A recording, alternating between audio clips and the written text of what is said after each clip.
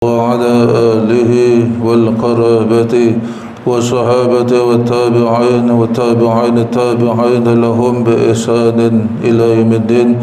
وقال رب اشرح لي صدري ويسر لي أمري واحلل عقدة من لساني يفقه قولي. سبحانك لا علم لنا إلا ما علمتنا إنك أنت العليم الحكيم. ولا حول ولا قوة إلا بالله العلي العظيم. ولا حول ولا قوة إلا بالله العلي العظيم. ولا حول ولا قوة إلا بالله العلي العظيم. بسم الله ما شاء الله لا يسوق الخير إلا الله. بسم الله ما شاء الله لا يصرف سوء إلا الله. بسم الله ما شاء الله ما كان من نعمة فمن الله.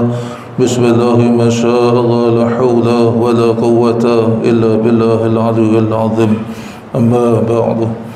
Alhamdulillah, syukur kita kepada Allah Subhanahu wa ta'ala atas sebesar-besar nikmat, yaitu nikmat iman dan Islam. Kita bersyukur kepada Allah Subhanahu wa ta'ala atas nikmat baki umur yang masih ada.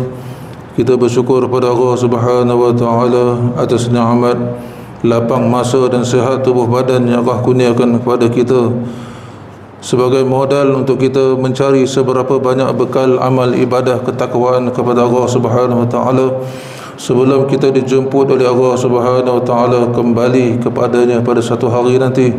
Mudah-mudahan amal yang kita kerjakan bermula daripada saat akhir baligh kita sehinggalah pada saat Allah mengambil nyawa kita pada satu hari nanti.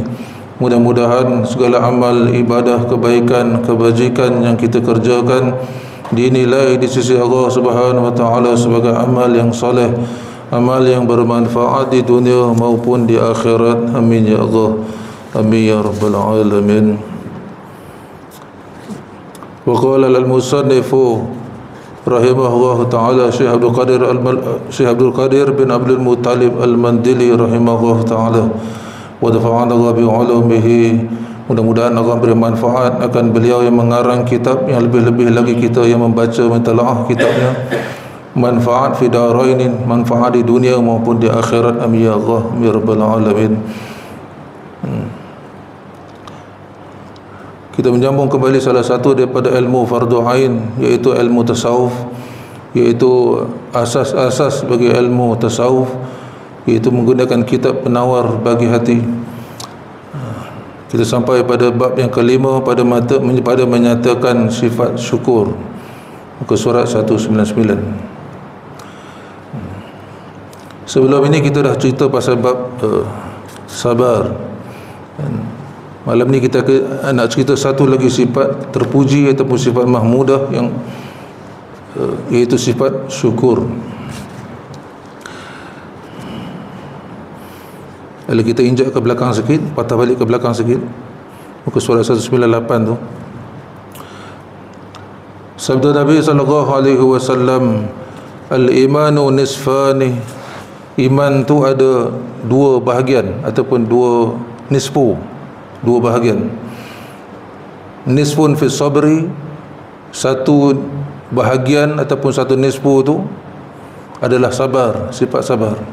Wa nisfu fi syukri, dan satu suku lagi ataupun satu bahagian lagi sifat syukur. Jadi iman tu terbahagi kepada dua. Yang dikatakan beriman tu mesti ada dua sifat, iaitu sifat sabar dan sifat syukur. Tidak dikatakan orang itu beriman kalau tidak ada sifat sabar dan tidak ada sifat syukur pada dia. Apa juga yang Allah timpakan pada kita, sama ada kebaikan ataupun keburukan, ujian musibah, wajib kita bersabar. Bahkan kata Nabi, orang yang kuat itu adalah orang boleh menahan marah dia. Bukan sekadar menahan marah, bahkan memaafkan orang yang buat sesuatu, buat zalim pada dia. Itu termasuk orang yang sabar. Jadi orang yang beriman dengan iman yang sempurna ni, pasti dia akan bersifat dengan sifat sabar. Dan satu lagi, bukan sekadar sabar, bahkan dia bersyukur atas segala nikmat yang Allah kurnia kepada dia, Jadi tanda syukur itu laksana segala perintah Allah, tinggal apa juga yang dilarang oleh Allah. Itu syukur. Kerana iman yang sempurna itu membenarkan dengan hati dan perkataan dengan lidah dan perbuatan dengan anggota. Jadi dikatakan iman yang sempurna hasil daripada kalimah syahadah la ilaha illallah Muhammadur Rasulullah tu bukan sekadar kalimah syahadah, dua kalimah syahadah ini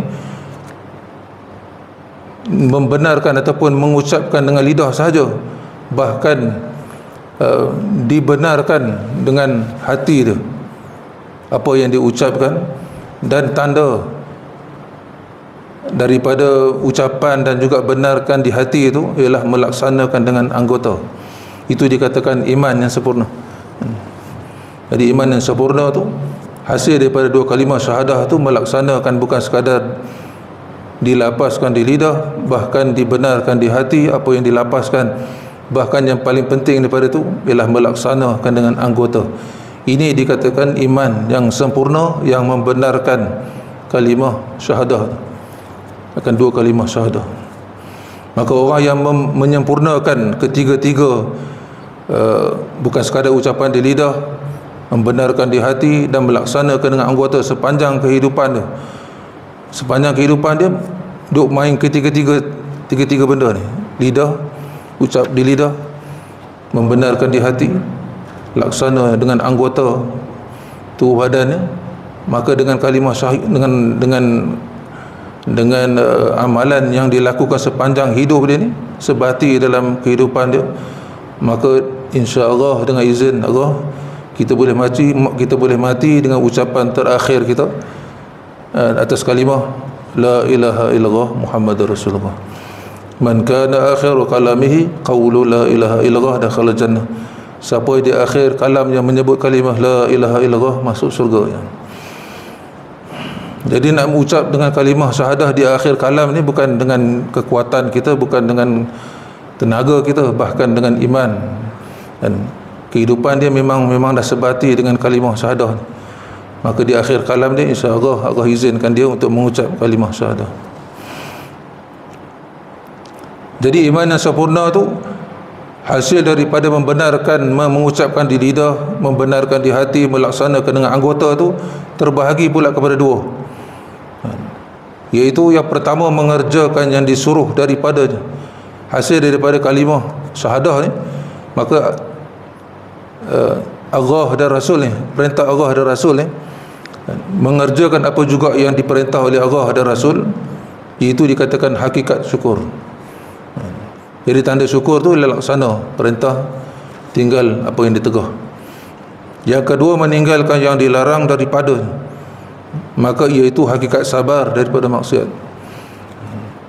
Maka yang pertama intipati daripada kalimah syahadah ni ialah kerjakan apa juga yang Allah perintah, iaitu dinamakan syukur, dan tinggalkan apa juga yang Allah larang, iaitu dikatakan hakikat sabar kepada maksiat. Itu sifat sabar. Jadi sambungan pada tu bab yang kelima pada menyatakan syukur ataupun sifat syukur. Ketahui olehmu bahwasanya syukur itu memalingkan oleh hamba akan segala barang yang memberi nikmat Allah Ta'ala dengan dia atasnya daripada pendengar dan pelihat. Kalau kita sebut syukur ni, syukur terima kasih dalam bahasa kita, ataupun kalau bahasa Arab kita sebut syukran, syukran, terima kasih. Lepas tu kita jawab afwan, afwan, sama-sama. Itu dari segi bahasa. Tapi syukur ni maksudnya terima kasihlah dalam bahasa kita.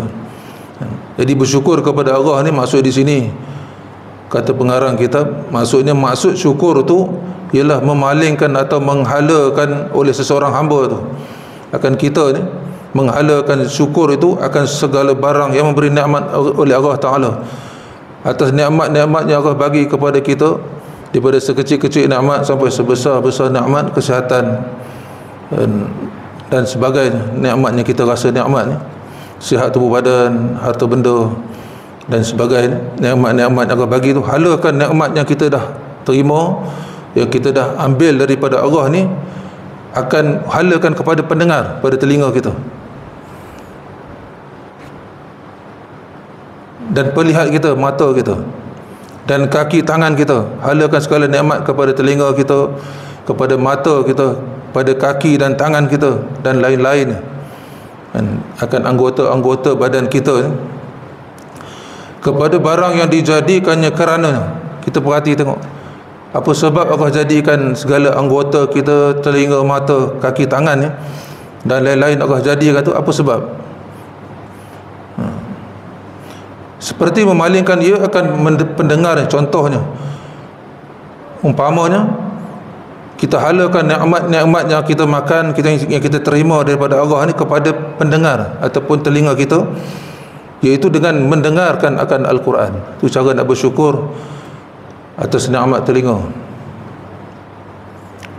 Gunakan telinga yang Allah bagi itu, tanda syukur dengan nikmat telinga, pendengarannya jelas. Dan nikmat ada telinga ni nikmat anda banding orang yang ada telinga pada zahir tapi tak boleh dengar.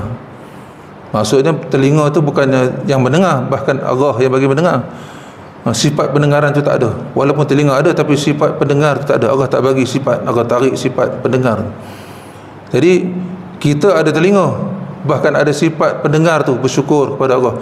Jadi cara nak bersyukur dengan nikmat telinga dan nikmat sifat pendengar tu ialah gunakan untuk mendengar Al-Quran.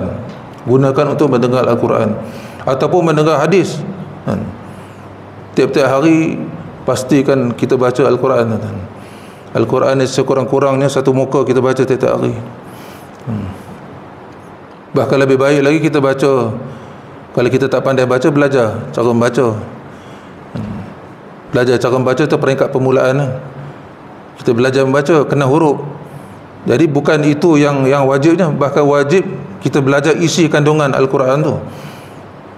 Tetapi sunat membaca Al-Quran ni sunat. Jadi tak dapat tidak, kita mesti mahir sebagai orang Islam, mesti mahir akan Al-Quran tu. Bukan sekadar membaca, belajar isi kandungan Al-Quran, bahkan lebih-lebih lagi kita mahir membaca akan Al-Quran. Tapi itu bukan matlamat utama, itu hanya sampingan pro kepada Al-Quran. Jadi tak dapat tidak, Al-Quran ni kita sebagai orang Islam boleh membacanya, kenal hurufnya. Kemudian dah mahir, dah kenal huruf, dah boleh membaca, tumpu pula kepada yang wajibnya, itu dia belajar akan isi Al-Quran. Isi Al-Quran ni tak banyak, yang wajibnya Allah perintah kepada kita 3: ilmu tasawuf, ilmu fiqh dan ilmu tauhid. Itu 3 yang wajib kita belajar. Baik. Jadi tanda bersyukur dengan nikmat telinga tu ialah gunakan telinga untuk mendengar akan Al-Quran. Jadi nak dengar Al-Quran ni dengan baca, kena baca baru dengar. Sekurang dikatakan membaca Al-Quran tu telinga kita mesti dengar, bukan dengan bisik, bukan dengan guna saya baca Al-Quran dengan hati, itu bukan baca. Dikatakan baca ni mendengar dengan telinga kita. Bukan sekadar Al-Quran, bahkan mendengarkan hadis. Kata para ulama, satu hari kita tak dengar hadis, satu titik hitam akan Allah letakkan pada kalbu kita, pada hati kita. Makin lama makin banyak titik hitam. Jadi Al-Quran dan hadis ni tak dapat dipisahkan. Tiap-tiap hari kita kena mendengar dan membaca dan beramal. Dan juga telinga tu digunakan, tanda syukur dengan nikmat telinga tu bukan sekadar Al-Quran, bukan sekadar mendengar Al-Quran, mendengar hadis, bahkan ilmu-ilmu yang memberi manfaat. Bila sebut ilmu yang memberi manfaat ni, kata Imam Al-Ghazali rahimahullah ta'ala, ilmu yang memberi manfaat ni tak kira apa ilmu sekalipun, lebih-lebih lagi ilmu agama. Ilmu tu bila dikatakan ilmu yang bermanfaat ialah ilmu yang kita belajar, makin kita belajar makin takut kita kepada Allah. Makin kita belajar bukan sekadar makin takut, bahkan makin hampir kita kepada Allah. Itu dikatakan ilmu manfaat. Walaupun kita belajar ilmu agama sekalipun, tapi makin jauh daripada Allah, makin tak takut Allah, makin langgar hukum hakam Allah, itu tak beri manfaat, itu bukan ilmu manfaat. Walaupun dia belajar ilmu dunia fardu kifayah sekalipun, ilmu kedoktoran ke, ilmu apa-apa juga ilmu yang selain daripada ilmu agama, Tapi dengan ilmu kedoktoran ataupun ilmu lain-lain yang lain daripada ilmu agama tu, dia makin hampir kepada Allah, makin takut dia kepada Allah, maka ilmu tu menjadi manfaat bagi dia. Jadi ilmu yang manfaat ni umum, umum. Ilmu tu menjadi manfaat bila kita belajar, makin takut kepada Allah dan makin hampir kita kepada Allah. Itu ilmu yang bermanfaat. Jadi perbanyakkan kita berdengar akan ilmu-ilmu yang memberi manfaat. Dan seperti memalingkan ia akan kakinya berjalan kepada masjid. Syukur atas nikmat kaki yang Allah gunakan pada kita, sihat kaki kita tu, kuat kaki kita tu. Gunakan dia untuk berjalan ke masjid surau, untuk solat berjemaah, untuk belajar ilmu, untuk bersilaturahim. Gunakan kaki tu, tanda syukur. Jadi kita dah simpan kaki kita sihat, tapi kita dah simpan di rumah. Tak datang ke masjid, tak datang ke surau, tak datang belajar ilmu, tak berjalan pada tempat-tempat kebaikan majlis zikir ke, tak berjalan kepada program-program silaturahim ke. Jadi itu tanda tidak bersyukur atas nikmat kaki tu. Bahkan Allah boleh tarik bila-bila masa kaki yang sihat tu, Allah boleh tarik bila-bila masa. Sebab hak dia. Dia boleh tarik pendengar, dia boleh tarik mata kita, dia boleh tarik kaki dengan, contohnya dipotong kakinya, contoh. Jangan sampai macam tu. Jadi gunakan kaki untuk berjalan pada masjid, surau, majlis ilmu, majlis silaturahim, majlis zikir dan sebagainya. Itu tanda bersyukur atas nikmat kaki. Dan lain kepada mengerjakan haji, pergi umrah, gunakan kaki. Dan seperti memalingkan ia akan tangannya, gunakan halakan tangannya, kedua tangannya, kepada memerangi kafir kerana meninggikan agama Islam, perang fisabilillah. Anda kata satu hari nanti negara kita diserang, maka sultan kita, raja kita isytiharkan semua rakyat jelata kena turun perang, maka wajib kita mengangkat senjata pada ketika itu. Jadi gunakan kaki tangan kita untuk fisabilillah.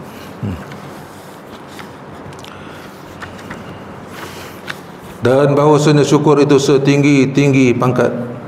Bila sebut syukur, sifat syukur ni tidak ada sifat yang paling tinggi melainkan sifat syukur. Siapa yang Allah bagi sifat syukur tu, maka sifat-sifatnya lain tu semua akan melekat sekali, akan datang kemudian.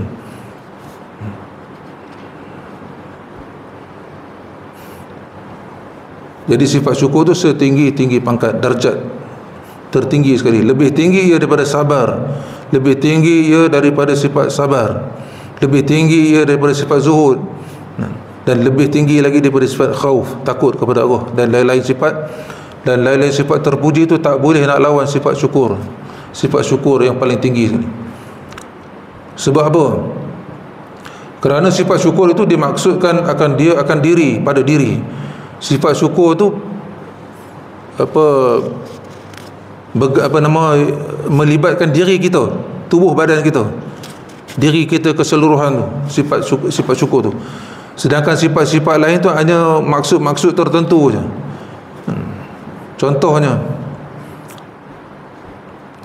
bersalahan sabar dimaksudkan daripadanya akan mengerasi hawa nafsu.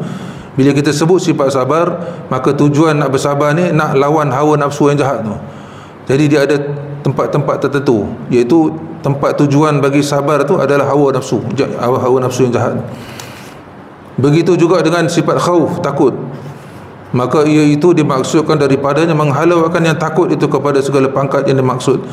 Maksudnya bila kita cerita berkaitan dengan sifat khauf, sifat takut ni, maka kita nak buang sifat-sifat yang takut selain daripada Allah, maka kita nak tumpukan takut tu hanya kepada Allah.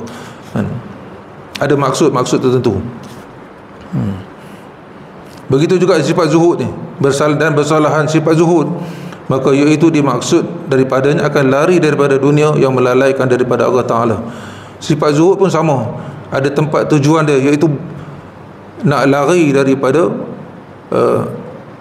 satu perkara yang menyebabkan kita lalai daripada ingat kepada Allah, dan sibuk dengan dunia, jadi cinta kepada dunia, maka tidak ada sifat zuhud.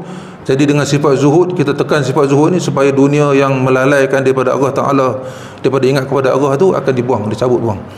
Maka sifat sabar ke, sifat zuhud ke, sifat khauf ataupun sifat-sifat terpuji yang lain tu, semua ada tempat tuju dia. Ada tempat apa nama tujuan dia. Berbanding dengan sifat syukur, dia melibatkan keseluruhan diri kita ni. Itu beza dia. Maka sebab tu antaranya sifat syukur merupakan sifat yang paling darjat, yang paling tinggi sekali. Siapa yang Allah bagi sifat syukur kepada dia, maka dia telah menguasai, umpamanya dia telah menguasai dunia ni, umpamanya. Kita boleh jadi sebaik-baik manusia.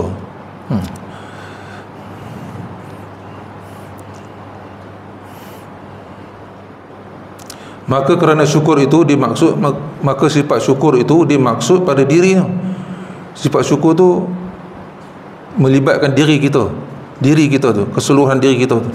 Tiada putus ia di dalam syurga. Masa sifat syukur ni bukan sekadar melibatkan diri kita keseluruhan, bahkan membawa kepada dalam syurga.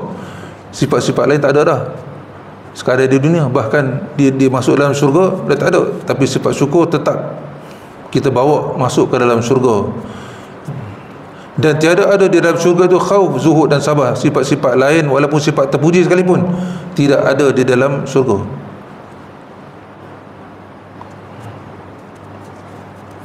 Dan kerana berkekalan syukur itu di dalam syurga, sifat syukur itu kita bawa sehingga ke dalam syurga. Dan seperti mana firman Allah Subhanahu wa ta'ala surah Yunus, dia ada pangkal huruf, dia ada pangkal ayat ni, ayat surah 10 ni, yang di permulaan ayat da'wahum, dan doa-doa ahli syurga tu, fiha, pada syurga tu, subhanakallahum, maha suci engkau ya Allah, wa tahiyyatuhum, dan penghormatan, salam penghormatan daripada mereka tu, fiha, pada syurga tu, salam. Ahli syurga ni di dalam syurga tak ada buat kerja, tak ada ibadat dah, melainkan jumpa ziarah menziarahi, jasa bagi salam, assalamualaikum, sekurang-kurangnya salam. Lepas tu kita nak bagi salam di mana-mana, sekurang-kurangnya, sependek-pendek salam ni, salam. Tak ada kum ataupun akum ke, tak ada, dia salam, sependek-pendek salam. Dalam syurga pun kita bagi salam paling pendek, ataupun assalamualaikum, ataupun assalamualaikum warahmatullahi, ataupun assalamualaikum warahmatullahi wabarakatuh. Jadi dalam syurga ni ahli syurga sentiasa memberi salam di antara satu sama lain. Kemudian wa akhiru da'wahum, dan kesudahan daripada doa mereka itu, alhamdulillahi rabbil alamin, alhamdulillah rabbil alamin, segala puji hanya milik Tuhan sekalian alam. Itu kerja ahli syurga, bagi salam dan ucapan salam, dan juga jasa puji Allah. Itu ucapan ahli syurga. Jadi sifat syukur ni membawa ke dalam syurga, sehingga ke dalam syurga. Jadi tanda bersyukur pada Allah, ucapan puji Allah, alhamdulillah. Itu tanda syukur. Tak kira sama ada, sebab tu disebut di sini alhamdulillah, segala puji hanya milik Allah. Tak kira lah kita puji antara kita sesama kita, kawan-kawan, kita puji kawan kita, kamu ni baik lah, kamu ni pemurah lah, kamu ni sekian-sekian, puji kawan kita. Ataupun kita puji Allah, ataupun Allah puji kita, ataupun apa juga segala puji sekalipun, puji-puji ni, ucapan kita alhamdulillah, mulut kita, tapi hakikat puji itu semuanya milik Allah. Sebab itu disebut alhamdulillah, segala puji hanya milik Allah. Jadi walaupun kawan kita puji kita, siapa-siapa juga puji kita, mulut kita sebut alhamdulillah, hati kita kata segala puji hanya milik Allah. Aku tidak layak dipuji, melainkan apa yang ada. Manusia nampak aku ni baik, manusia nampak aku ni hebat, sebab Allah tutup aib kita. Kita ni banyak aib, banyak cacat celah. Bila orang puji kita, lepas tu kita kena kembalikan di hati kita, kembalikan pujian tu kepada Allah. Aku bersyukur kepada kau ya Allah, kerana kau menutup akan kekurangan aku, kau menutup akan aib aku, maka mereka nampak akan kelebihan aku. Maka tidak adalah sifat sombong di situ, sifat sombong tak ada. Bila orang puji kita, kita nampak diri kita yang sebenarnya, yang memiliki sifat yang dipuji itu, maka sifat sombong akan lahir daripada situ.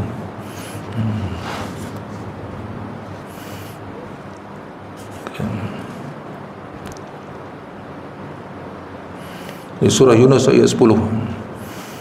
Dan kerana adalah syirik itu setinggi-tinggi pangkat, disebabkan sifat syirik tu,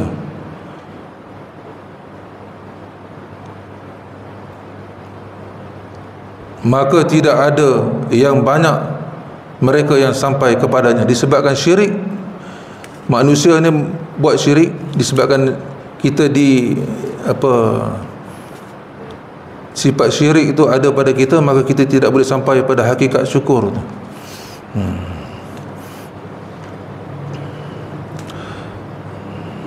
Seperti mana firman Allah Subhanahu wa taala, syirik ni ada syirik yang akbar, syirik yang besar boleh keluar daripada Islam.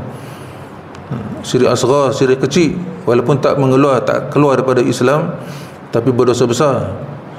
Begitu juga syirik khafi, syirik yang tersembunyi, kita tak sedar, macam syirik macam riya, ujub, sum'ah tu, takabur. Itu walaupun tak keluar daripada Islam sekalipun berdosa besar, menghapuskan pahala amal. Walaupun dia tidak murtad sekalipun, seperti mana syirik akbar, syirik yang sembah syaitan ke, sembah patung ataupun sembah selain daripada Allah, itu terkeluar murtad daripada Islam, itu kekal dalam neraka. Berbanding dengan syirik khafi, syirik yang tersembunyi seperti riya, ujub, sum'ah, takabur ni, walaupun dia tak terkeluar dari Islam sekalipun, tapi dia menghapuskan pahala amal. Walaupun amal ibadat kita banyak sekalipun, pahala tak ada. Jadi sebabkan syirik-syirik macam ni seumpamanya, walaupun kita tak sampai pada peringkat murtad sekalipun, tapi syirik khafi, syirik yang tersembunyi, yang kita tak sedar, ataupun syirik-syirik kecil ni, menyebabkan kita tak boleh sampai pada peringkat syukur kepada Allah. Seperti mana firman Allah Subhanahu wa taala, wa qalilum min ibadiyas syakur, surah Saba ayat 13. Berapa ramai, wa qalilum, berapa ramai, min ibadiyas, min daripada hamba-hambaku syakur, tak bersyukur. Ataupun wa qalilun, sedikit di kalangan hamba-hambaku yang bersyukur. Sikit sangat. Mafhum mukhalafah, maksudnya makna di sebalik ayat ni, banyak di kalangan hamba-Ku yang tak bersyukur. Allah sebut sikit, tapi makna dia banyak. Sikit di kalangan hamba-Ku yang bersyukur, sikit sangat, qalil. Maksudnya banyak di kalangan hamba-Ku yang tak bersyukur, banyak sangat. Sebab tu Sayyidina Umar, pada ada riwayat sebut Sayyidina Umar Al-Khattab pernah satu ketika dia baca ayat As-Saba ni. As-Saba ni panjang, sebelum sampai ini ujung ayat. Surah Saba ayat 13 tu, satu hari Sayyidina Umar bin Al-Khattab dia baca ayat ni. Bermula daripada ayat ya'maluna lahu. Mereka jin-jin tu, ini cerita pasal jin zaman Nabi Sulaiman. Ya'maluna lahu, mereka bekerja baginya. Maksudnya jin-jin tu bekerja dengan perintah Nabi Sulaiman alaihissalam. Ma yasha, akan apa juga yang diperintah oleh Nabi Sulaiman, tanpa bangkang. Sebab tu syaitan ni, jin-jin syaitan jahat, dia takut dengan manusia. Tambah-tambah lagi hamba manusia yang jenis soleh, lagi dia takut. Bahkan Nabi Sulaiman sendiri pun, Nabi Sulaiman kalau berdiri di hadapan jin, syaitan, jin-jin ni tidak akan angkat kepala dia, terketar-ketar badan. Bahkan ada yang terkencing-kencing, takut. Lepas tu masa ketika Nabi Sulaiman nak wafat tu, dia duduk, dia biasanya dia akan duduk di bangku dia. Kalau tuan-tuan pergi Baitul Maqdis, dipanggil throne atau tahta Nabi Sulaiman, tapi dah tak ada bangku tu, itu tempat Nabi Sulaiman duduk dulu. Dia duduk pegang tongkat dia. Selagi mana Nabi Sulaiman duduk situ, maka jin-jin tu tidak akan berhenti bekerja. Apa juga yang diperintah, dia akan buat tanpa henti, tanpa rehat. Bila Nabi Sulaiman bangkit dari tempat duduk dia, pergi masuk dalam istana dia, barulah jin-jin tu berhenti. Jadi pada ketika orang nak wafatkan Nabi Sulaiman ya, tak berhenti-berhenti buat kerja. Ada riwayat kata setahun buat kerja. Jin tu tanpa henti setahun, tanpa rehat. Sebab Nabi Sulaiman duduk situ pegang tongkat, mata dia terbeliak tengok tanpa kelip. Kemudian setahun, maksudnya ambil setahun Allah hantar anak-anak untuk makan tongkat dia. Setahun. Kemudian bila dah reput tongkat Nabi Sulaiman tu, maka jatuh ke bawah Nabi Sulaiman ke lantai. Maka barulah tahu jin ni Nabi Sulaiman dah wafat. Sebab tu kata jin, kalau kami tahu Nabi Sulaiman ni dah wafat, dah meninggal, nescaya kami tak akan tunggu di sini. Kata dia. Jadi ya'maluna lahu, jadi bekerja golongan jin-jin ni ma yasha bagi Nabi Sulaiman tu, mengikut apa juga yang Nabi Sulaiman perintah. Mahariba, dengan membuat akan bangunan-bangunan besar dan tinggi-tinggi, ataupun watamathila, ataupun patung-patung, wajifanin kal jawab, pinggan-pinggan besar seperti bentuk kolam. Tuan-tuan tengok dulu Ayapin dulu, kan bangunan kawasan Ayapin tu dia buat teko-teko besar, pinggan-pinggan besar, macam umpama macam ni. Nabi Sulaiman pun buat patung-patung, bangunan-bangunan besar, batu pinggan-pinggan yang besar. Kalau jawab seperti mana bentuk pinggan tu disebabkan besar, kan, dah sama bentuk macam kolam. Wa qudur rasiyat, dan periuk-periuk besar, yang ada tungku, ada tempat alas dia, periuk-periuk. Yang amaluna alu Daud, maka beramallah kamu, disebabkan kurniaan-kurniaan Allah yang banyak kepada keluarga Nabi Daud ni. Keluarga Nabi Daud ni, Nabi Daud ayah kepada Nabi Sulaiman. Jadi Allah perintahkan, disebabkan nikmat Allah bagi banyak. Nabi Daud AS Allah bagi kelebihan dia, suara sedap, lepas tu boleh melentur besi dengan tangan. Lentur besi ni tuan, kalau kita nak lentur besi ni dengan berapa ribu darjah, Celsius untuk lenturkan besi. Tapi Nabi Daud hanya menggunakan tangan dia untuk lenturkan besi. Begitu juga Nabi Sulaiman, Allah bagi kelebihan dia faham segala bahasa-bahasa binatang, boleh mendengar sekecil-kecil binatang macam semut, kuman sekalipun dia boleh mendengar bahasa-bahasa semut, kuman, dan faham segala jenis bahasa binatang. Dan semua jin-jin tunduk di bawah perintah dia.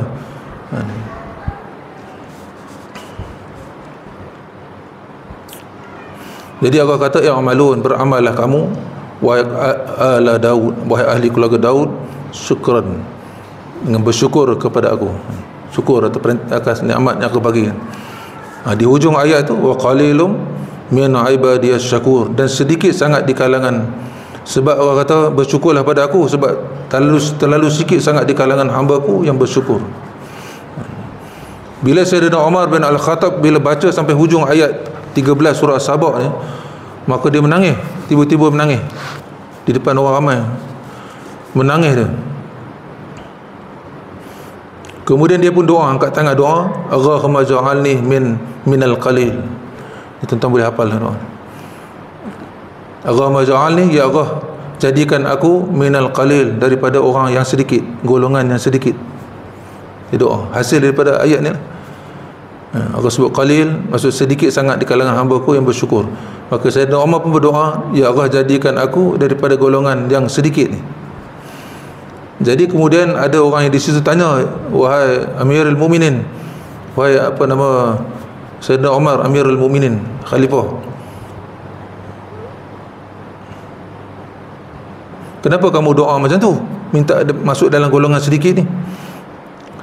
Jawab Sayyidina Umar, kerana Allah Subhanahu Wa Taala sendiri, Allah Subhanahu Wa Taala sendiri yang mengatakan bahawa sedikit sahaja di kalangan hamba-hamba-Ku yang benar-benar, yang betul-betul bersyukur.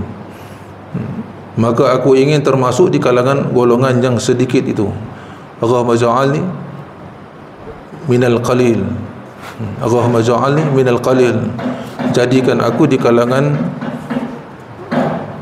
golongan yang sedikit.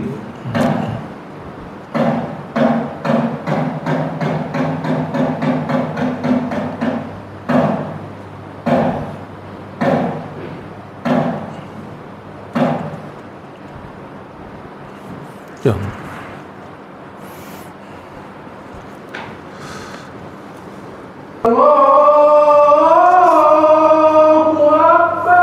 Allahu Akbar, Allahu Akbar. La ilaha illallah. Rasulullah sallallahu alaihi wasallam. Sallallahu alaihi wasallam. Fadlan sadarajatan wa atal maqam mahmud allazi wa'ata. Innaka la tukhlifu al-mi'ad.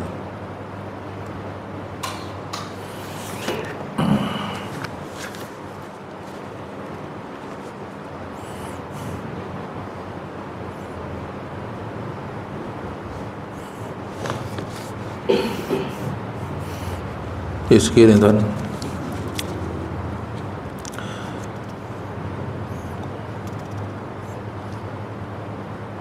Jadi bila kita baca Al-Quran ni, bila sampai kepada ayat, contohnya ayat ni lah, wa qalilun min ibadiyas syakur, sedikit sangat di kalangan hamba-Ku yang bersyukur ni, minta kepada Allah. Tak payah doa Arab ni kalau kita tak hafal.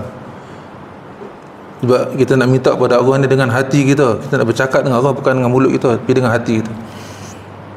Jadi bahasa hati kita ni, sebab tu tempat pandangan Allah ni adalah hati kita, bukan mulut kita, bukan zahir badan kita. Maka bila sampai pada ayat ni, contoh, mintalah pada Allah, ya Allah jadikan aku di kalangan orang yang sedikit ni. Janganlah kau jadikan aku, isteriku, anak-anak aku, zuriat keturunanku di kalangan orang-orang yang banyak yang tidak bersyukur pada Engkau. Minta pada Allah.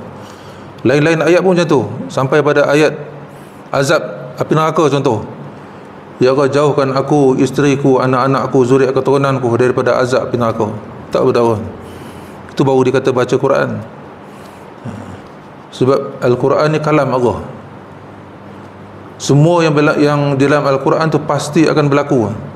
Sama ada kita diazab di dalam kubur, ataupun azab di padang mahsyar, ataupun azab di dalam api neraka ke, meniti titian sirat ke, apa juga berkaitan dengan alam akhirat ni, azab pasti kita akan dikenakan azab kalau kita termasuk di kalangan orang-orang yang tak bersyukur ni. Bila kita termasuk di kalangan orang yang tak bersyukur, maksudnya kita akan langgar segala perintah Allah. Berbanding dengan orang yang bersyukur pada Allah, dia ingat akan segala perintah Allah. Apa yang Allah perintah dia buat, apa yang Allah larang dia tinggal. Itu orang bersyukur. Maka di akhirat dia akan dapat ganjaran yang baik di akhirat dengan syurganya, dan dihisap di padang mahsyar dengan hisap yang mudah. Dan walaupun dosa dia banyak sekalipun, tapi Allah disebabkan sifat rahmat, sifat penyayang Allah, maka kita bersifat dengan sifat syukur, Allah akan ampun segala dosa-dosa kita, dimudahkan kita melintas titian sirat dengan sepantas kilat masuk dalam syurga. Dan sampai pada ayat syurga, minta pada Allah, ya Allah bagilah kepada aku, isteriku, anak-anakku, zuriat keturunanku akan syurga kau, ya Allah. Minta pula syurga yang paling tinggi sekali, syurga Firdaus. Nabi kata kalau minta syurga yang paling tinggi sekali, syurga Firdaus. Syurga Firdaus ni duduk di langit yang ketujuh, atas pada langit ketujuh lagi, di puncak pada segala syurga. Di atas dia tu ada arasy Allah. Buat arasy ni macam bumbung bagi syurga. Cahaya syurga tu datang daripada arasy. Jadi kalau minta syurga, sampai pada ayat syurga dalam Al-Quran, kita baca Al-Quran, maka ya Allah bagilah kepada aku, isteriku, anak-anakku, zuriat keturunanku akan syurga Firdaus, ya Allah. Ayat azab pun tu, minta jauh pada azab. Contoh ayat ni, Allah kata sedikit sangat di kalangan hamba-Ku yang bersyukur. Minta pada Allah, ya Allah masukkanlah aku di kalangan golongan yang sedikit ni yang bersyukur kepada Kau, ya Allah. Masukkan aku, isteriku, anak-anakku, zuriat keturunanku, kawan-kawan aku, jiran tetangga aku dalam golongan yang sedikit yang bersyukur kepada Kau ni. Baca Quran macam tu, itu boleh dikatakan baca Quran. Itu dipanggil batu Quran ni. Kita kalau membaca waratilil Quran tartila, bacalah kamu akan Quran ni, perintah Allah dengan tartil, maksudnya dengan tajwid, bacaan yang betul lah, huruf sebutan huruf betul. Tak semesti jadi Arab, bukan jadi, kita baca Quran ni bukan nak ikut lidah Arab tu. Baca Quran betul, sebutan huruf betul, tajwid betul, tartilah.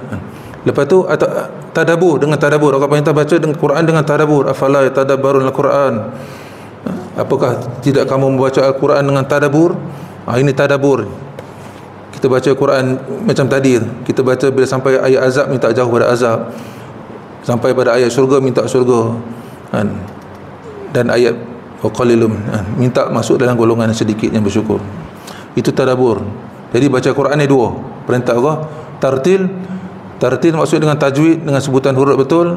Tadabbur, menghayati akan ayat, intipati ayat tu.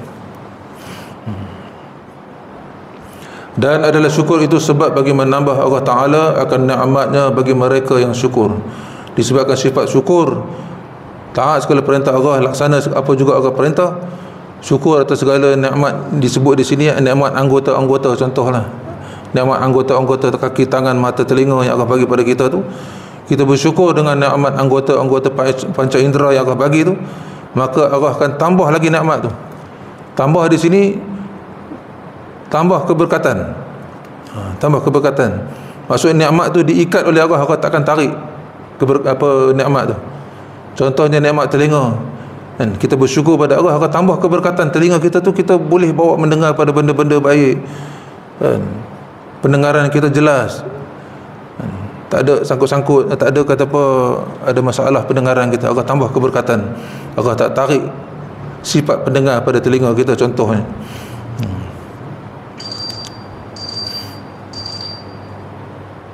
Kerana firman-Nya, la in syakartum la azidannakum, dan jika mereka bersyukur kepada aku, pasti aku akan tambah bagi mereka akan nikmat aku. Tambah di sini tambah berkat, diikat nikmat tu, takkan lari pada kita. Bahkan nikmat tu berpanjangan, manfaat dia banyak, kita boleh guna untuk macam-macam benda kebaikan dan hal kehidupan kita. Itu maksudnya bersyukur, Allah tambah keberkatan.